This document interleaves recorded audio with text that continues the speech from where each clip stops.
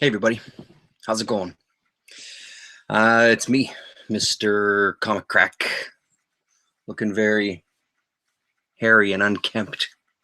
Um, just decided I was kind of in the mood for a chat, so figured I'd jump on tonight while I still had a bit of energy.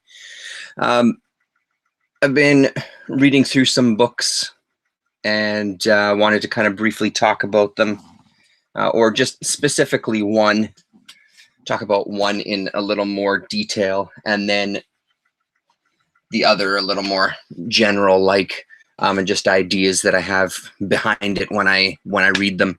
The first thing that's been kind of a surprise, it's had its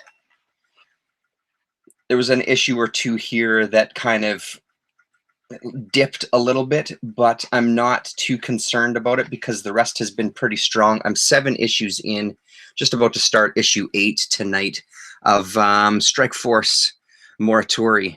It was something that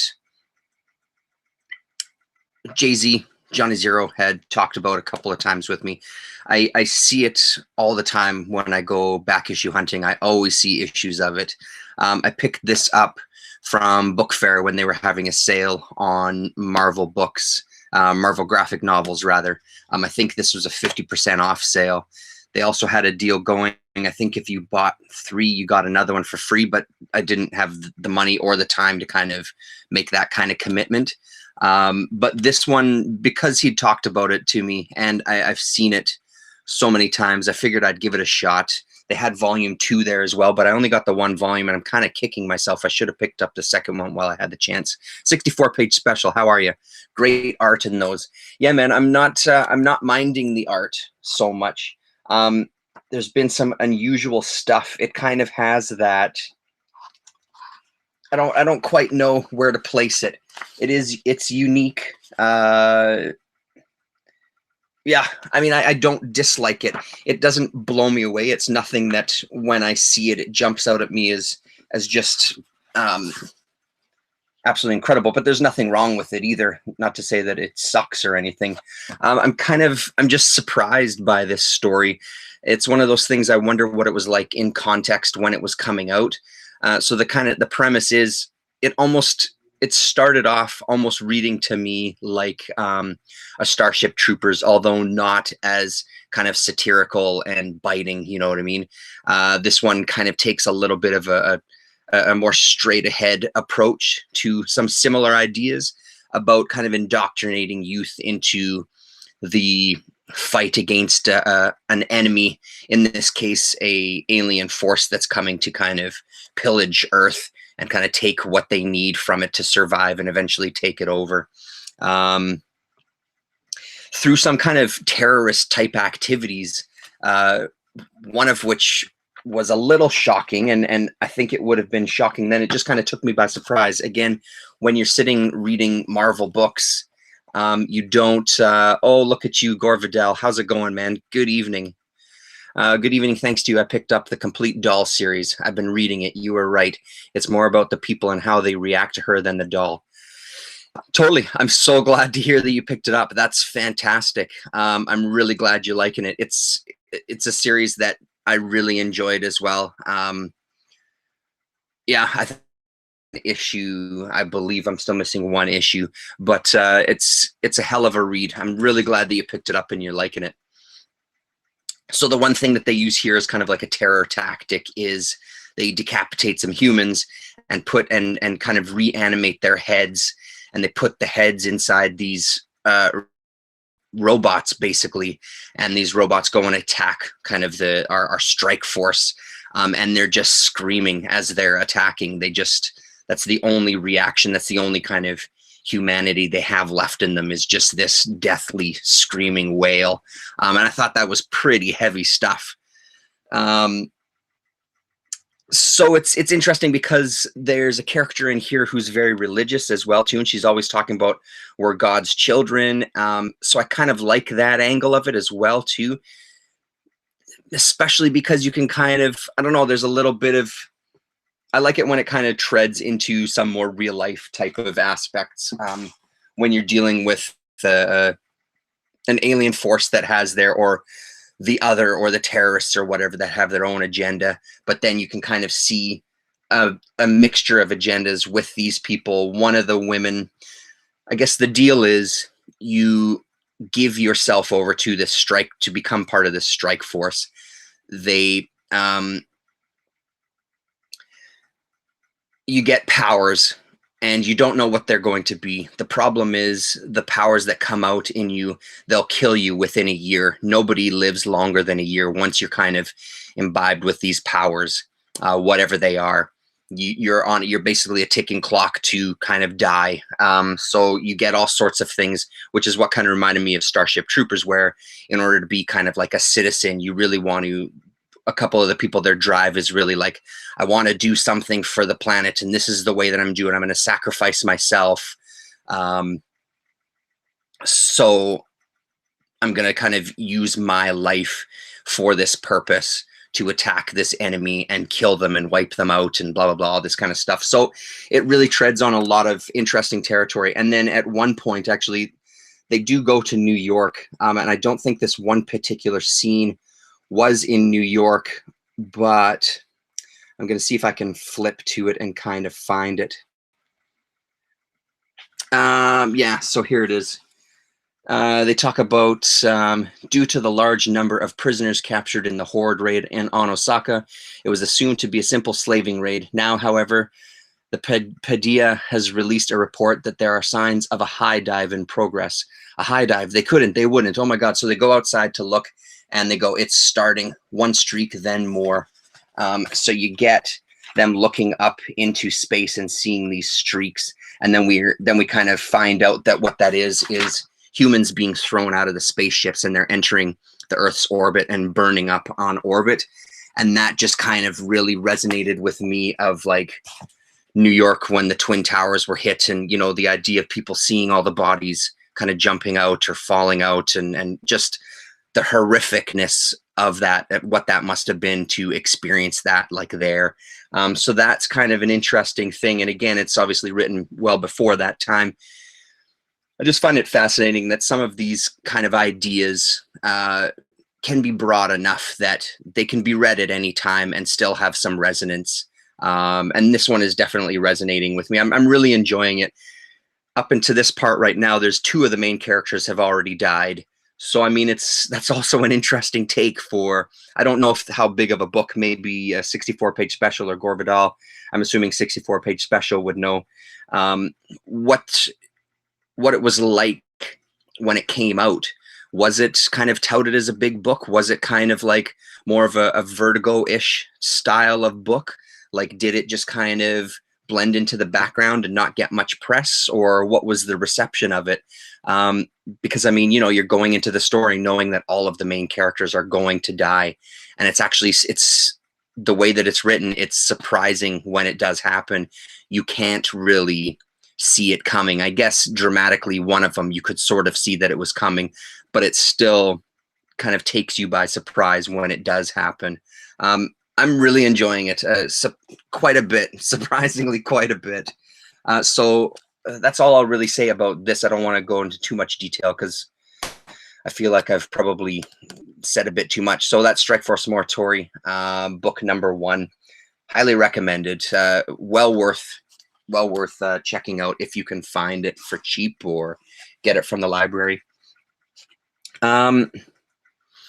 So the other things that I've been reading, I guess I'll talk about those first. I managed to get my hands on quite a stack. It looks like 6 of them. Strikeforce Morituri is new to me. What an interesting comic book. You're right, for a Marvel book, it is unusual. Yeah, it seems to be. I mean, and I know that Marvel kind of has always, to me anyway, taken chances. Even today, you know, when they have alternative artists and stuff like that, and, you know, Stan Lee's interest in the underground and things, which leads me to something that I'll show you later on. But to kind of switch gears to this one, keeping it on the Marvel tip, I've really discovered how much I like the Marvel's Collector's Item Classics. I always knew, but something just kind of came over to me to like really dive in and try to grab as many as I could. There was a guy in town who had 6 of them. Actually, I think he had 7 of them. There was 2 that were in a little too rough of condition for me, though.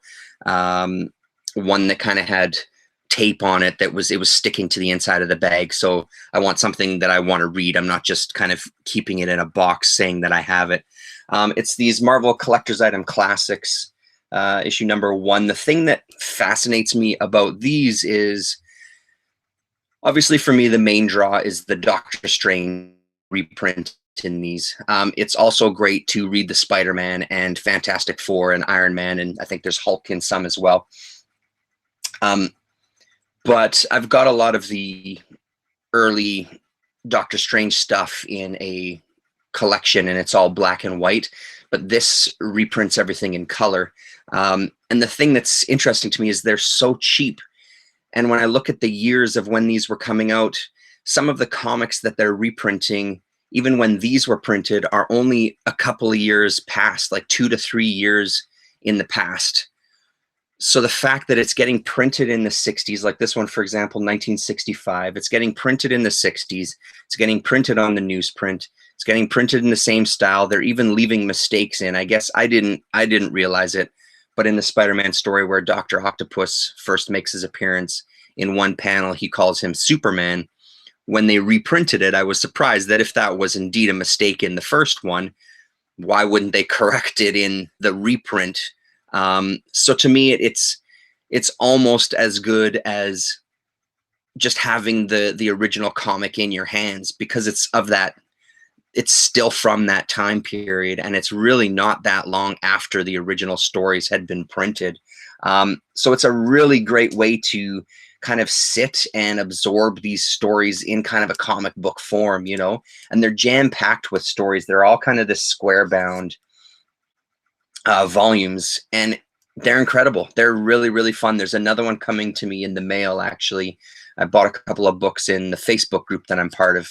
There was a guy that had like a $2, a $3, and a $5 auction. So I won a few books from him, and they're coming this week. Picker Nation. Oh, good evening. How's it going, man? So I'm really, really digging these books a hell of a lot. I'm pretty close to being completed. I got 14 with the one coming. I'll have 15 out of the 22 of them. And I have some lines on the other ones, so it's not going to be much longer before this.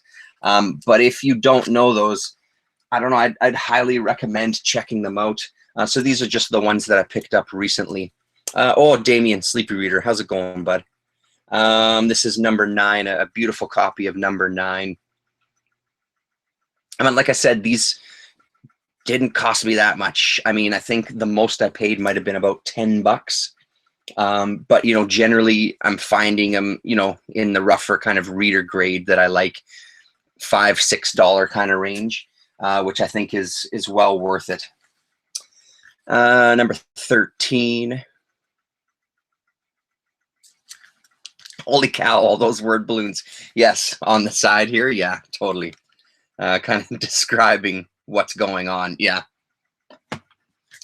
And then number 14. This one's a little rougher, number 17, but again, still in good enough condition. Well good enough for me to be reading. And this one's pretty beautiful as well too. Number 22, it's in pretty good shape.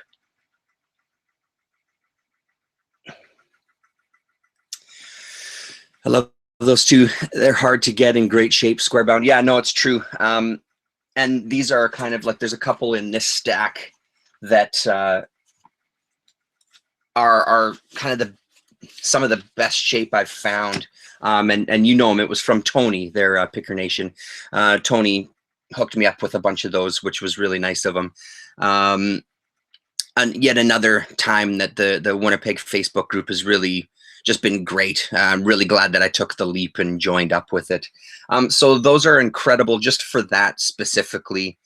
Like I was saying already before a couple of you got here, just the fact that a lot of these reprints happened only 2 to 3 years after the original story came out the first time. So it's still on that newsprint. It's still the same printing methods. They're not correcting any errors. You're still getting that old kind of pulpy smell to the books. So it really is the closest that I'm ever going to come to read some of those stories. As much as I like Doctor Strange, I don't think I'm ever going to get the first appearance of Doctor Strange. It's just out of my price range. So stuff like this makes that I can kind of experience that a little more without any of the reprinting and the recoloring and or just the black and white versions. I can kind of get that sense of the real book, that much closer to the real book. So those have been a real joy. Some of the other things I picked up, this one was a pretty great one. I sold some stuff.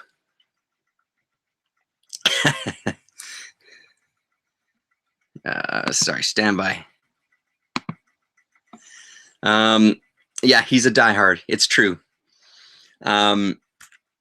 So I sold a bunch of books on eBay, I don't know, about a month ago.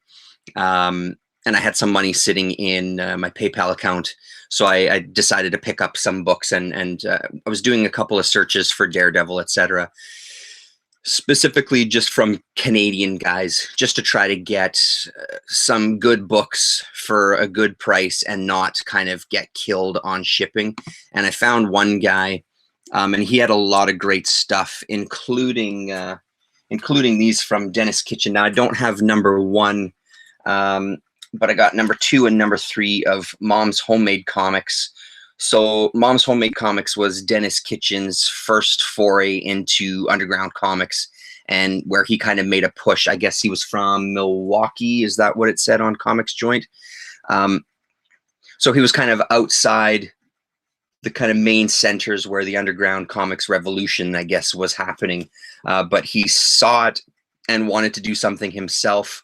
I think for the first issue, did I read that they printed 4,000 and then he went out and solicited kind of people in his area and they printed another 3,000. I think that's the numbers that I heard. So about 7,000. And I think the other two, this one was only printed once, I believe. And then number 3 had a couple of printings, or maybe I'm wrong. Maybe both of them had a couple of printings.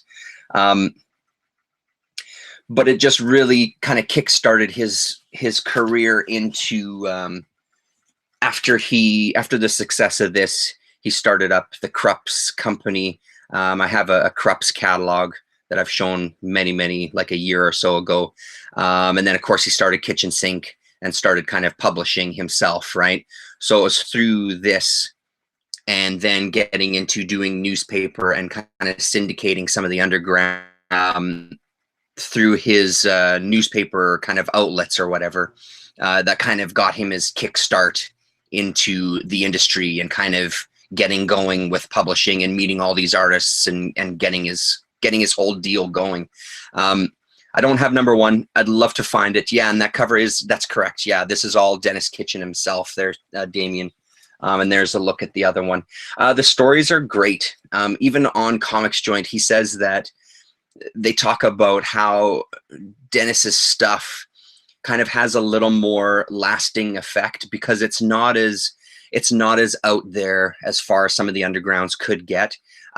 He's got kind of a unique way with words, and there's a good kind of gentle comedy to it that still translates quite well to today.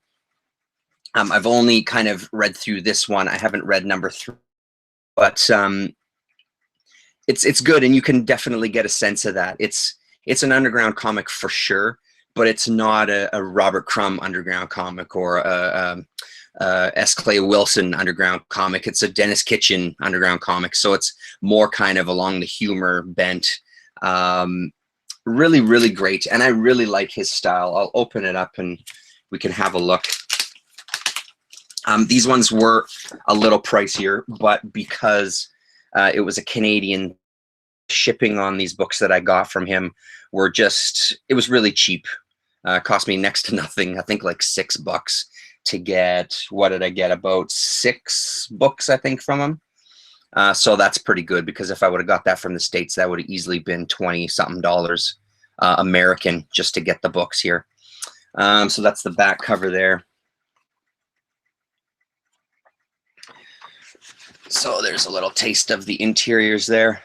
And again, that's all Dennis Kitchen.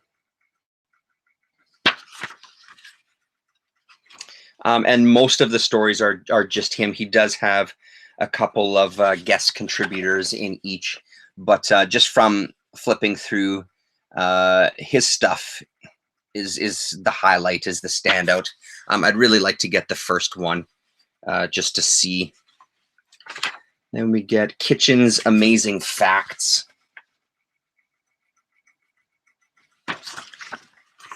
And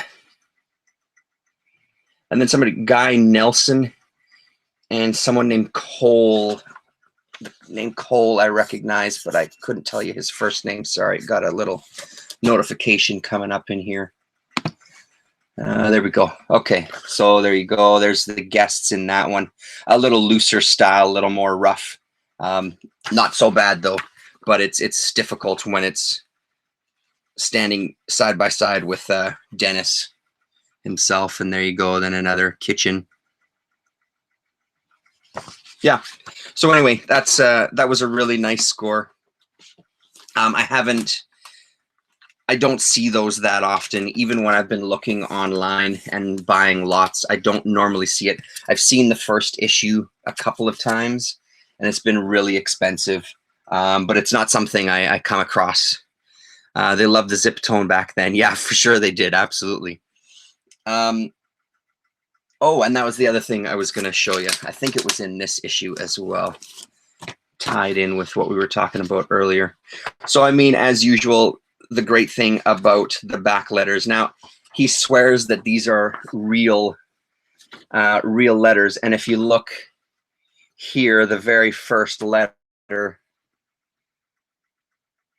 Mr. Stan Lee himself,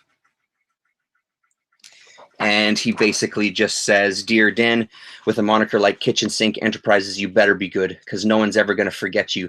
Your mag was really funny. I enjoyed every page. In a way, I envy you. It must be a blast to just let yourself go and do whatever tickles your funny bone. The feature called Message really knocked me out. Excelsior, Stan Lee, Marvel Comics, New York, New York." Harvey Kurtzman writes a letter in here too.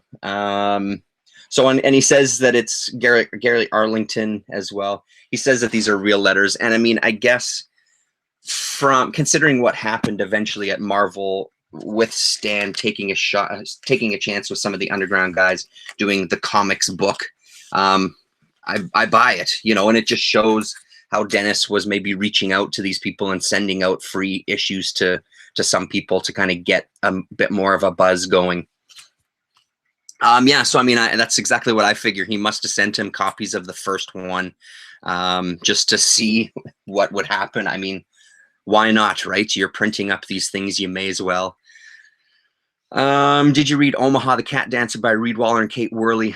I've boxing books and found my copies from 1987. It was a good series. I actually do have, I think, the first 10. I'm halfway through it, and I'm actually really enjoying it. It's one of those books there, Gore, that I've seen a lot throughout the years, and I've never really given a chance because I don't know, it just didn't look like something I would be into. But once I started reading it, surprisingly good. All the TNA and sex in it doesn't hurt either. But the story is actually so yeah, I do know it.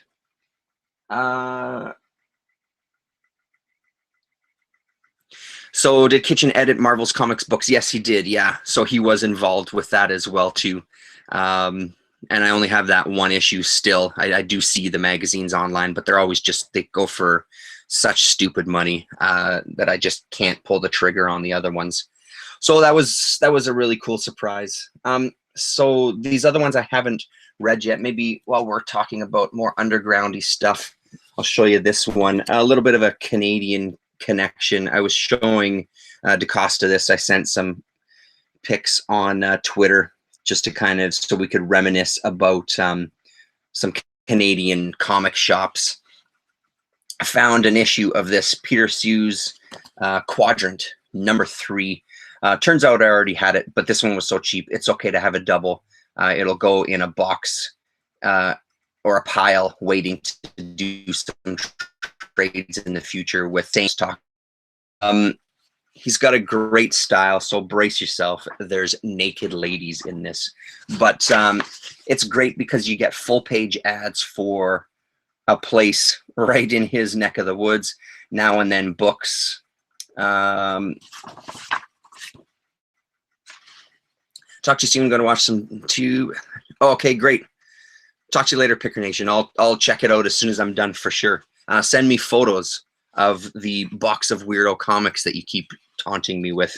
I'd love to see what you got. And then this was the one, Damien, we were talking about that too, Dragon Lady. So there's the full page ad for the Dragon Lady comic shop.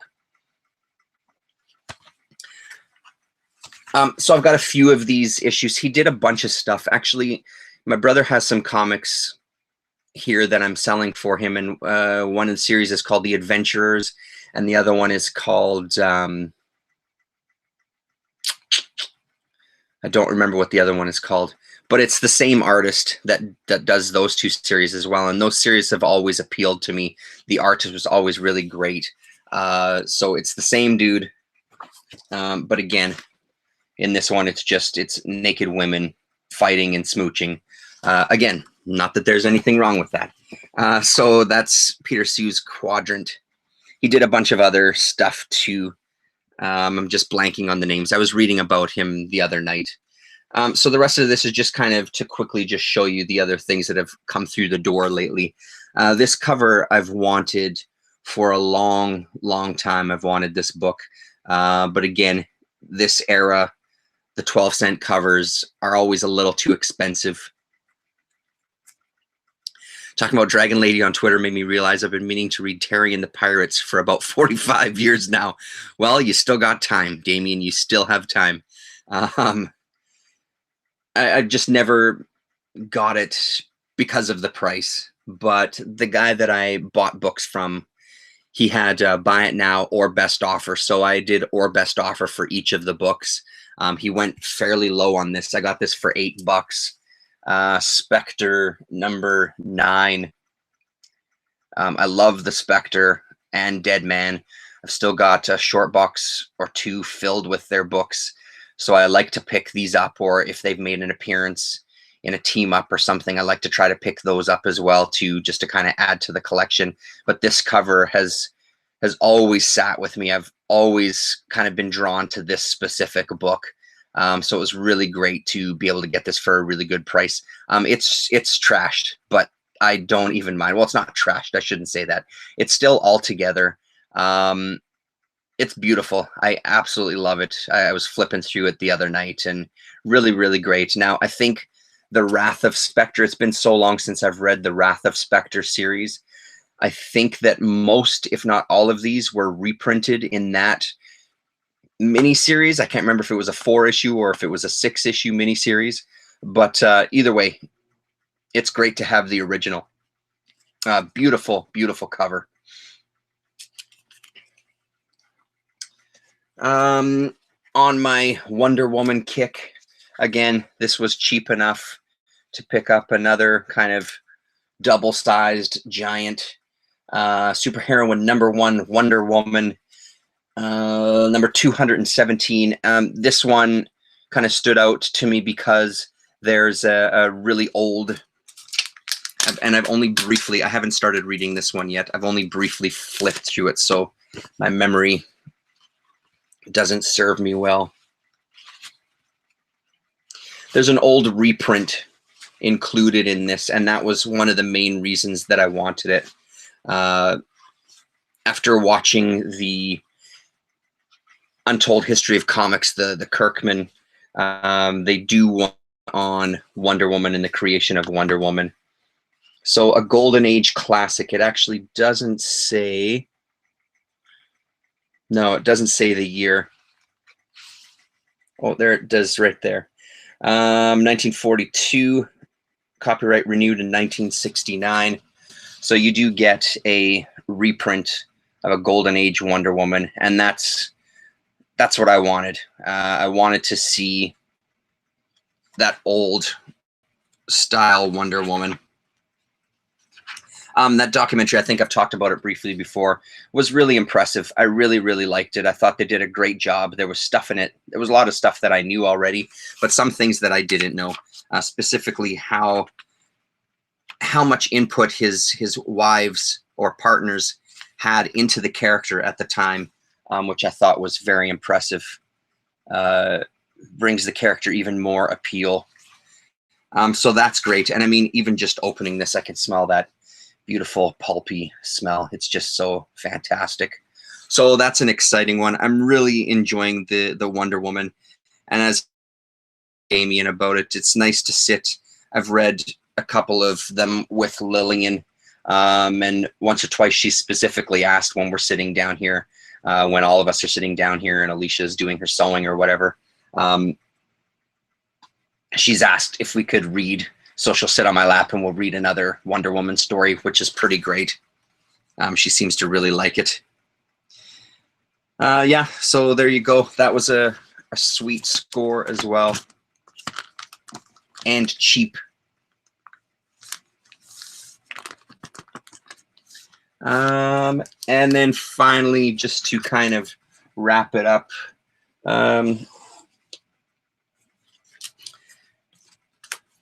just the newest edition. Again, it's just taken a real bite out of the Daredevil series, which I'm very just thrilled about. I think I need now 21 issues and I'll be done the first 300. There's another one coming in the mail, actually. Yeah, no, it is really nice. And as you well know, especially with a daughter now, like, it was great to read with Jaden and everything. And it's still great to read with Jaden. We still read together. We still read comics together. And then he reads on his own and stuff too. It's really nice to have something that I can share with her. So not only gets her interested in reading, but she sees kind of like a powerful woman, like a female superhero, instead of kind of reverting back to the other ones. Is she in a pie on that cover? No, it looks like someone's panning for gold. Have I freaked out, or is Wonder Woman really in the soup this time? Green Arrow guest stars when the amazing Amazon battles the diabolical Duke of Deception. There you go. It's just nice to have some stories that I can read with her where she sees a female superhero kind of taking charge. And I think one of the covers is and there's a man on the floor or on the ground behind her, and she's kind of standing in defense of him. And Lillian really loved that cover. She really reacted to that one. So that was very cool. Yeah, so just quickly through these, I haven't sat and read these. I'm so close now that I'm itching to kind of start reading all these. I have numbers 9 to 15 right now in a row, so I may actually start with those. I'm just really curious. The whole thing that sparked this wanting to get the whole Daredevil run is when I first kind of read a bunch of Daredevil books, when I found a whole bunch of Frank Miller era stuff for way cheaper than they should have been. And I really got to dive into that story. I really, really loved it a lot. And the idea of how a character would transition to get to that point, I found like that would be an interesting thing to read about.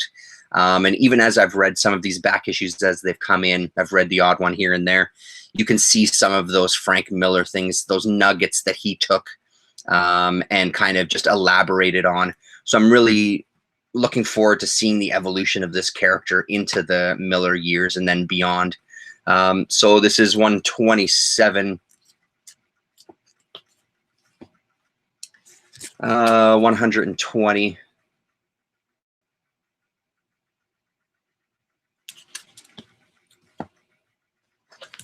And then 118. It's just such a great character, I think, anyway. I really, I don't know, I really enjoy it. 115. 97. Beautiful Beautifully creased copy there. Look at that. There you go.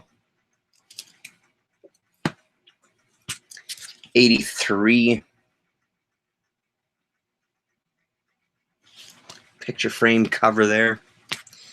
75. And finally, another old one, number 19. So yeah, that's great. Just one more stack closer to completion. I think that was about it, my friends. Last radio show I did, if anybody is ever curious, Tuesday nights, 11 till midnight on UMFM. I have my radio show, and I played the flexi disc, or one side of the flexi disc from Revenge of the Prowler by Timothy Truman. There's 2 tracks. The A side isn't that great. Kind of a faux 30s 40s jazz type of piece that I'm not really crazy about. But side B was surprisingly good. A little more moody, a little more atmospheric, no vocal, reminded me a little more of like classic soundtracks or whatever. So I started off the show with that one. Good old Timothy Truman. It reminds me that I have to keep reading The Scout. I have to finish off Scout and War Shaman and stuff. Daredevil always seemed the craziest, scary idea. Blind guy diving and jumping and swinging around the city, basically with no powers and not much gear. Yeah, and that's kind of what I like about it as well. As much as I do enjoy kind of the, some of the superheroes with their immense powers and stuff, I like the idea of Daredevil for that reason. I also like that he questions himself. I also like that he has this self-doubt and this kind of, low self-esteem-ish kind of thing. It just makes him seem a little more real. And it always kind of, you see what kind of characters some people go towards, and you can see kind of parts of their personality in those characters to some degree. So I'm sure that, well, I know that there's parts of my personality that I see in those kind of questioning yourself and stuff. It's just nice. It's part of the catharsis of sometimes reading these things. You get to work out maybe some of your insecurities or whatever through like some fictional character. But I like that side of it. I like that he could just, as much as he has these heightened senses, he could still get his ass kicked. And, there's still the potential that he could get killed. There's just this potential of, is he doing the right thing? That sort of thing. Relationships with women are a little closer to adult too. Yeah, absolutely. For sure. Especially when he gets his heart broken, yeah, it's great. And like I said, it'll just be interesting to read from, because even when I do read the early ones, it really is just kind of, I think just in an issue not too long ago, there was a letter where somebody was complaining about earlier issues where Daredevil was talking too much like Spider-Man, and they were saying that Daredevil should just be a guy who comes in and he doesn't talk, he just comes in and cleans house. You've already got a Spider-Man. Daredevil's character doesn't really fit that type of banter, and they're complaining about how they were portraying him. And I think Stan responds with something in kind of the same vein of like agreeing with them, and that sort of. It'll be cool to see the transition over the years for sure. I think that's it, everybody. Thanks very much for tuning in. Hopefully this light worked out okay. I've got a new reading light here, and I also put in some little LED strip lights, which I want to get all over here to a battery pack over there. But it's kind of nice down here now with a little clip reading light, so when I sit in my little hovel, I can actually have some light for my old man eyes. Matt Murdock and the women in his life, with the exception of Natasha, the Black Widow, they rarely did well. Yeah, it's true. It's very true. All right, everybody. Thanks very much for checking in with me and sticking around for a bit. It was a pleasure to see you all. Gorvidal, more videos, bud. Where are you? What's going on? What are you reading? What are you doing? I miss seeing your videos. It would be great to see something again. Okay. Thanks very much. We'll talk to you guys.